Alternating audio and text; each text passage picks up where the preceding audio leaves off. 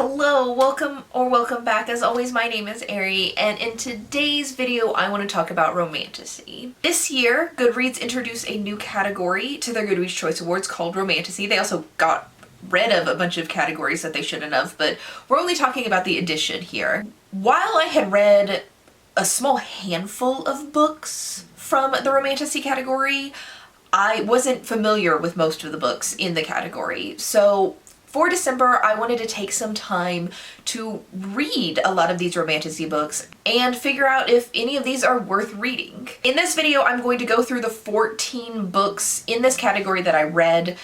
They weren't necessarily technically in the category for some of them.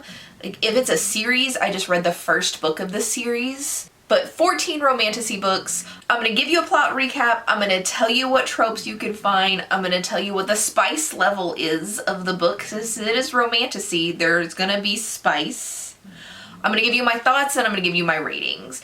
The goal of this is not to tell you what I thought of these books, but to see if you might like some of these books and if any of these books are worth your time. Now, a couple of things before I get started. First, if you hear snoring, it is the dog. He needs to make sure everybody knows he exists by making as many loud noises as possible while I'm recording. Second, if I'm looking down here, I typed all this up in the hopes that I'm gonna have to do little editing because this goes up at 5 p.m. and it's currently 2:44 p.m. So this video probably went up late. I'm behind. It is what it is. Let's go ahead, jump into this, and talk about some of these books. I'm gonna start from the bottom and work my way up to the top, and the lowest ranked book that I read was A Fate of Wrath and Flame. The book nominated was A Queen of Thieves and Chaos by K.A. Tucker. This starts out as an urban fantasy where our main character Rami gets sent to an alternate universe of elves and vampires, straight into a body of a woman who murdered the king and queen. She's there to steal something for a god, and she kind of has to convince everyone that she's lost her memory because no one's gonna believe that she's a completely different person in this lady's body. She has to gain the trust of the royal family, or like the children of the king and queen that she's murdered, in order to stay alive and to gain access to this thing she needs to steal. The tropes of this are enemies to lovers. He falls first. And there is like a slavery aspect going on in the background that I think people need to be aware of before going into this book. The enemies to lovers is a little bit twisted because Xander is the enemy of the body that Rami's in, but Rami doesn't have any feelings at all from the start about Xander. Spice level is like 2 out of 5. I'm sure it's gonna get spicy later on in the series, but there's not a huge amount of spice going on in this book. We're still trying to get past that enemies part. My feelings about this is I liked it. I liked the heroine's personality, and I was happy to be in her head reading from her perspective. The worst thing I could say about this is I felt like the hero, Xander, fell in love a little too easily for thinking that this is a woman who killed his parents. Like, it should have been a little bit harder. Just saying. My star rating was a 4-star, and I do plan to continue reading this series. Next up is A Fall of Rune and Wrath by Jennifer L. Armentrout. I did read this particular book. In this book, most of the world has been destroyed, and what is left is ruled by angel-like creatures, I guess, and they feed off of human pleasure. Our main character, Liz, has the magical superpower of intuition, like her intuition's always right, and she needs to hide her power. And she does this by pretending to be a courtesan for the Baron of Archwood, but there's not a lot of pretending. She's kind of just a courtesan. She's assigned to spy on a visiting Prince Thorn and basically has a lot of sex. And her intuition tells her that this man is very important to her, specifically. The tropes on this one are Forced proximity, which I had to record that phrase like 8 times because I could not say proximity. And the internet says it's a slow burn, but there is so much sex in this book, I refuse to believe that this is a slow burn romance. There's nothing slow about this burn. Spice level is 5 out of 5. This is basically porn. This is the spiciest thing I have personally ever read in my life, but I'm sure there's spicier out there, I just haven't read it. This book overall was fairly forgettable. I don't think the plot mattered though. I think this is about sex, which it has a lot of. So if you want sex with a slight background of fantasy plot, boy howdy do I have the book for you. I gave this a 3-star. Next up was The Coven by Harper Woods. Our main character Willow was born to be her father's weapon against the Coven. She's not like other girls, not like other witches, and she is the only remaining heir of 2 different families. Her mother's family of like green plant witches and her father's family of like necromancer witches. The necromancer magic is forbidden and she has to hide it.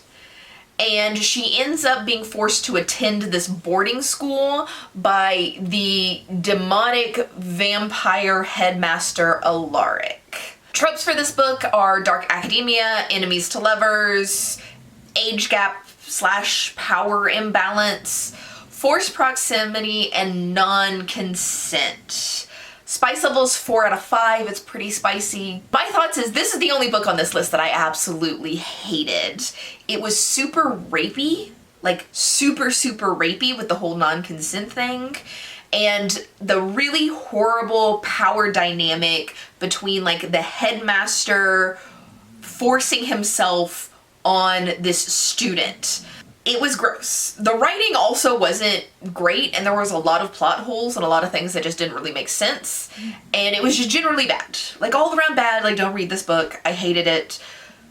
I gave it a 2-star rating, but it probably should have been a 1, because this was, yeah, it's pretty much a 1-star. This was super awful. Next up is The Foxglove King by Hannah Whitten. Basically, the goddess of death has died, and her essence, called Mortem, kind of leaks out of her grave. And people can either use it for magic, or it kind of kills people. It's a little bit of both. A little sprinkling of both over here. Our main character, Lore, escaped from a cult of women who kind of worship the goddess of death and live in her catacombs when she was a child. But because of this upbringing and where she was born, she has really strong death magic. She is forced to reveal her powers, and she is taken by a group of warrior monks and forced to work for the king. She has been assigned to like figure out why all these villages are just being completely decimated and everybody in the village is killed overnight. Tropes on this are like a why choose. She's got 2 love interests and she feels drawn to both of them. It might be a love triangle, it might be a why choose. There hasn't been like the option for her to choose yet, or any real like sexual advances. She just wants both of them, but I'm not sure if it's going to go into a wide choose or if it's going to go into love triangle, is what I'm trying to say. There's a lot of pining, forced proximity, and this is Catholic Church fanfic. Spice level is 1 out of 5. Like I said, nothing's really happened yet. And my thoughts are, this is mostly forgettable. The characters kept making weird choices that kind of pulled me out of the story. A lot of people say this is better than For the Wolf, but I liked For the Wolf by Hannah Whitten more, just personally. My star rating for this is a 3-star. It wasn't awful, but I also didn't love it, and I probably won't continue this series unless I need to read it for some sort of project going forward. Getting into the books that were actually part of the top 10, which I read all of them, or at least a book out of all of these series. I have at number 10, The Jad Air by Sarah Hashim. 10 years prior to this story, the last kingdom that had retained its magic, Jad, was destroyed. The destruction of this empire was led by the Nizal kingdom, and everyone with Jasad powers were killed, but the royal heir Sylvia, our main character, somehow survived. And she's been living in secret since then. Sylvia accidentally catches the attention of the Nizal heir. His name is Aaron, I think. A-R-I-N. We'll go with Aaron. She is forced to be his champion for this contest thing that happens in the kingdoms. And she is tasked with luring the remaining Jasad rebels out of hiding. Tropes, enemies to lovers, obviously. Competition, training montage, stabby female, and queen in hiding. Spice levels 2 out of 5. I assume if this becomes a series, it's going to get more spicy later, but right now, it's too slow burn to be heavily spicy. My thoughts is this book doesn't get to the point quickly enough. I was bored for the first half of the book. It just, get to the point. Get to the smut. I liked Sylvia and Aaron's banter, and I liked the world building, and I liked the plot. The book was just too long.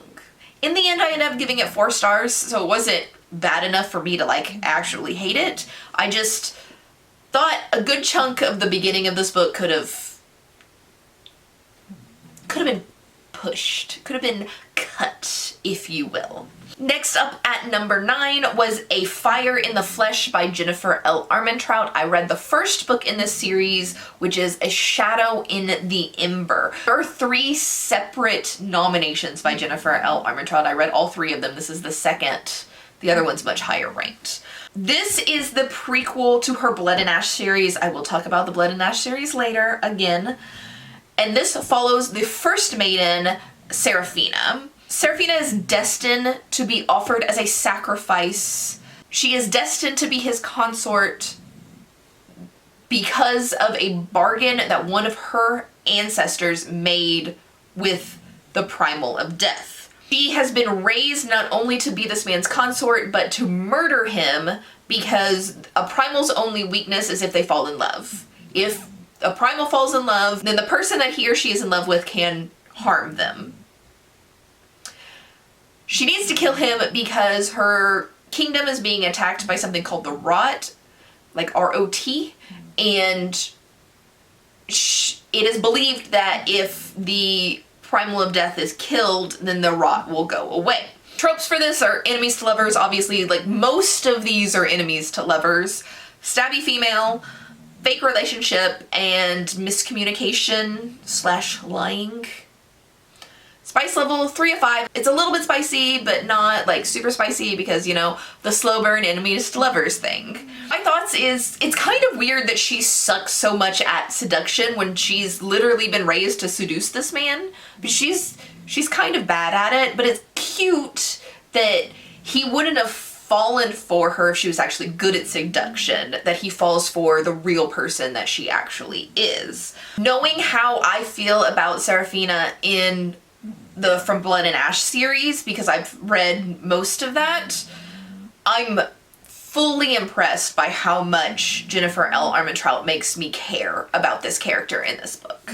Number 8, The Hanging City by Charlene Holmberg. Lark, our main character, has the ability to cause fear, and her abusive father uses her magic to gain personal power. So she runs away, but he keeps coming for her. She's very important to him, so he wants to control her and her magic. Her last hope of escape from her father is to travel to the city of trolls and try to make a home there. Trolls don't really like humans, and the few humans that live in this city are like the lowest level of society, kind of like indentured servants. They're not quite slaves, but they also don't have a whole lot of freedom. Lark and her fear ability makes her more useful than the other humans because it helps protect the city from like the monsters that live in the chasm that the city hangs over. It's kind of confusing. So she gets some special privileges, but not like She's still not like an actual citizen. In this book, she finds unexpected friendship and falls in love. Tropes: forbidden love, found family, against all odds, protector, friends to protect her to love her. Spice level 1 of 5. There's no spice. The one sexy scene is completely fade to black. So if you were looking for troll smut, you're gonna be disappointed in this one. This wasn't what I was expecting for a troll human romance. I expected more romance and less plot, but it was more plot and less romance. The story was fine, but it wasn't great.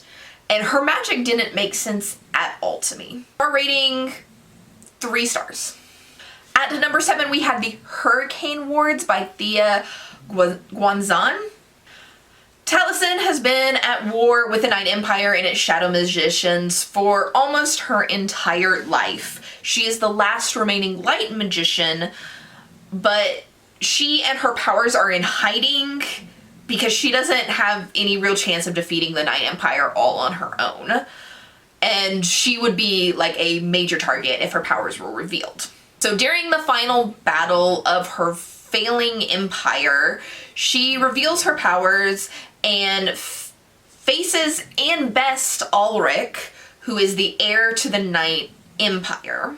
Then they discover a greater threat is coming and end up having to work together and combine their magic in order to save both of their empires and both of their peoples. Tropes: enemies to lovers, obviously. Fake marriage, forced proximity, finding your parents orphan.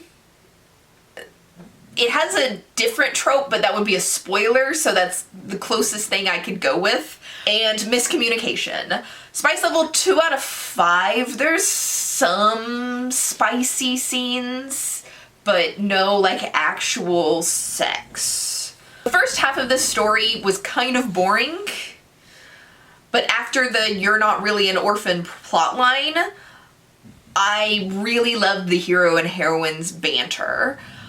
I don't like the miscommunication trope. I never liked the miscommunication trope, even though it made sense in this instance. But even with miscommunication actually making sense, I still didn't like the trope. Star rating, 4 stars. I pretty much enjoyed this. Then at number 6 was Throne of the Fallen by Carrie Maniscalco. This follows Prince Envy, one of the rulers of hell, representing the 7 deadly sins. So his sin is envy, so his name is Prince Envy. Original, I know. He has to take part in this game run by a Fae king in order to save his court, and as part of this game, he travels to like Victorian England and the Tun, and has to commission a painting from a spinster whose name is Camilla, and she is drawn into this game. Antics ensue. Stuff happens. Tropes in this one are touch her and die, he falls first, forced proximity, a hidden nature, if that makes sense. And it's a historical fantasy to fairy porn pipeline. It gets wild in there. Spice level is 4 out of 5. It's pretty spicy. There are a lot of plot holes. A whole lot of plot holes. But they're kind of easy to ignore. Like, the vibes on this one make the plot holes pretty easy to ignore. Camilla changes so much from the beginning of the book to the end of the book that her character is completely unrecognizable. I think it happens a bit too fast. I think it's a bit too much. I think it's a bit ridiculous. But it's also kind of fun, so easy to ignore. It reads really quickly. I ended up giving this a 4 stars. I enjoyed it. I'm looking forward to more books in this series. At number 5, we have Sorrow and Starlight by Carolyn Peckham and Susan Valenti.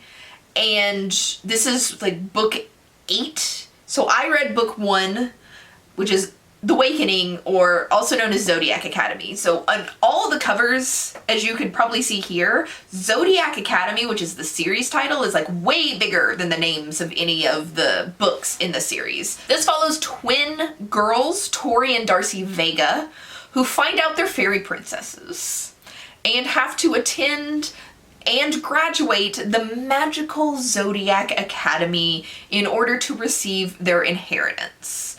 This academy is based on the idea that everyone is for themselves and is full of cruel teachers and students. These students include the 4 celestial heirs, which are 4 teenage boys who've been raised to rule the fairy courts, and they don't want to give up their expected power now that the Vega sisters have been found alive. So the Vega sisters are the royal princesses, they're heirs to the throne, but they were assumed dead for pretty much their entire lives, and other people were raised to rule in their stead. Hope that makes sense. This is a bully romance. Very, very, very, very, very much a bully romance. Hidden queen, non-consensual, a lot of non-consensual, and icky teachers slash predatory staff. Yeah.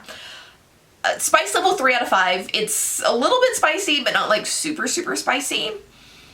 And I straight up expected to hate this, especially with how I felt about the Coven. A lot of the same tropes, a lot of the same ideas. I expected to absolutely abhor this. And objectively, it is really, really bad. But it was impossible to take this book seriously. It's so ridiculous and campy that I couldn't be mad at all these ridiculous tropes because I couldn't take any of them seriously at all. And I ended up giving it a 3-star, and will probably continue on in this series because I was entertained. At number 4, we've got A Soul of Ash and Blood by Jennifer L. Armentrout. This is book 5. I've read book 1 through 4, but for this video I'm just going to cover book 1, which is From Blood and Ash. This follows Poppy, also known as the Maiden, and she's cloistered. She's never to be touched, seen, or heard, and she is waiting to ascend.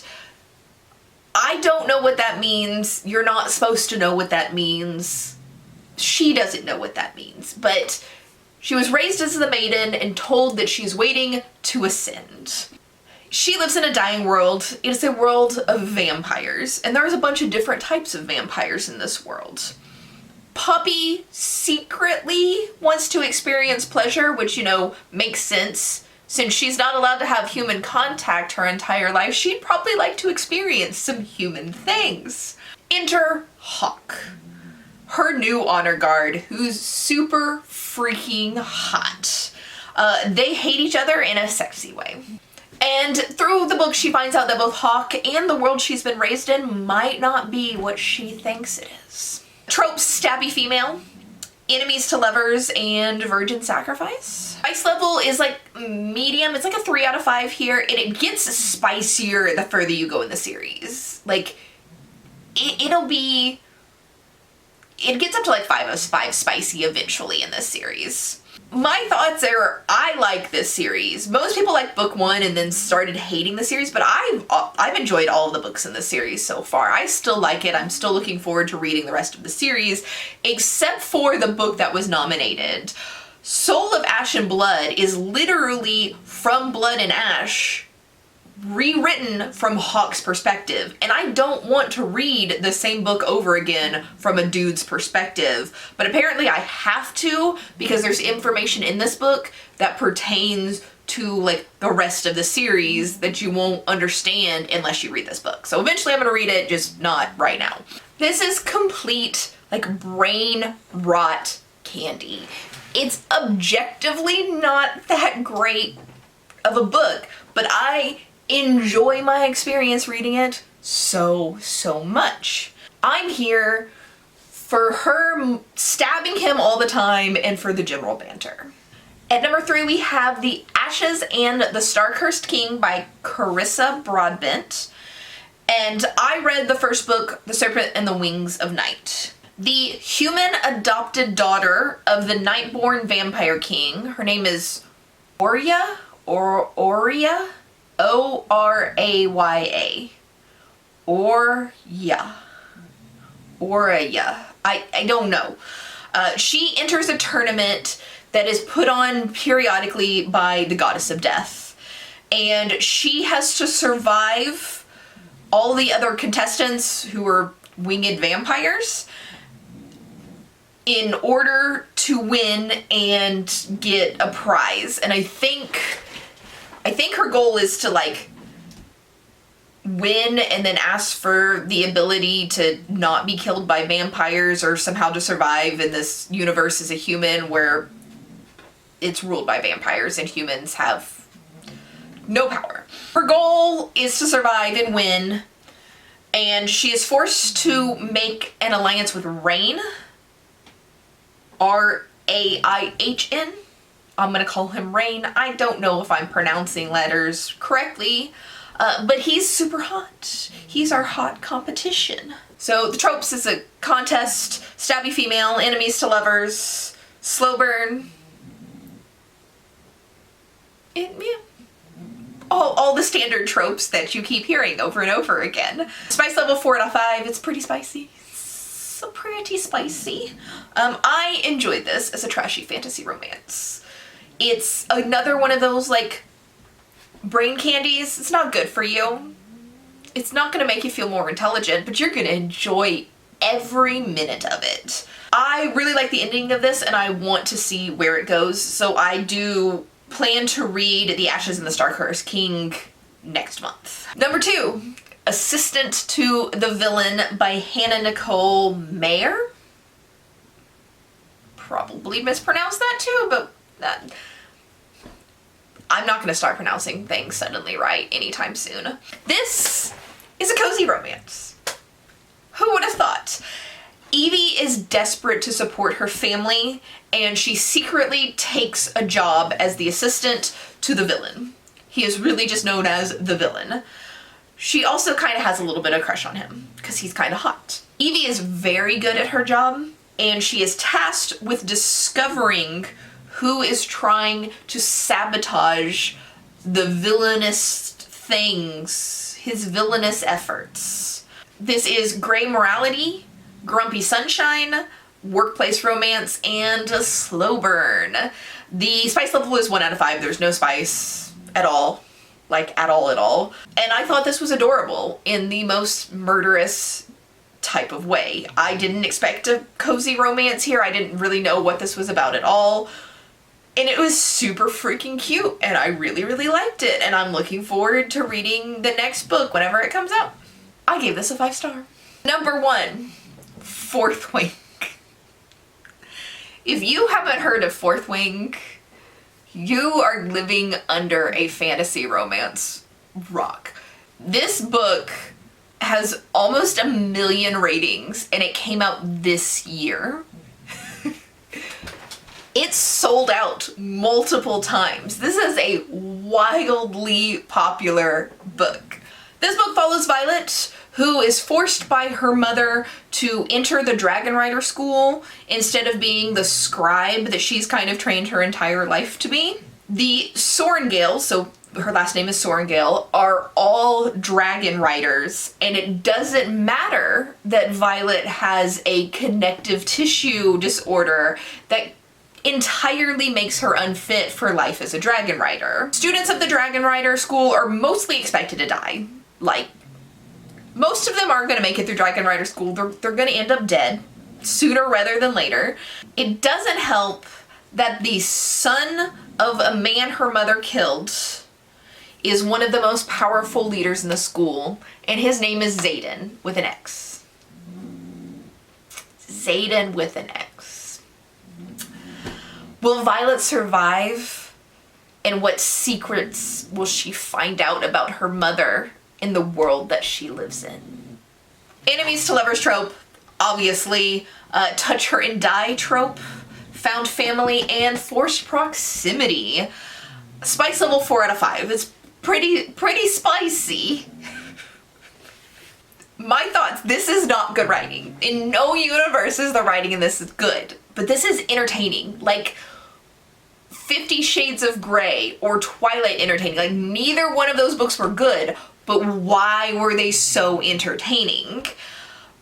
Additionally, Violet disorder, her connective tissue disorder, is based off of a real disorder called Ehlers-Danlos syndrome, which I have, EDS. And Violet's case is far more severe than mine, but I like seeing the rep. So obviously I give this 5 stars. It's so entertaining, and it shouldn't be at all. I've heard Iron Flame sucks, but I'll read that next month and find out. But that's everything.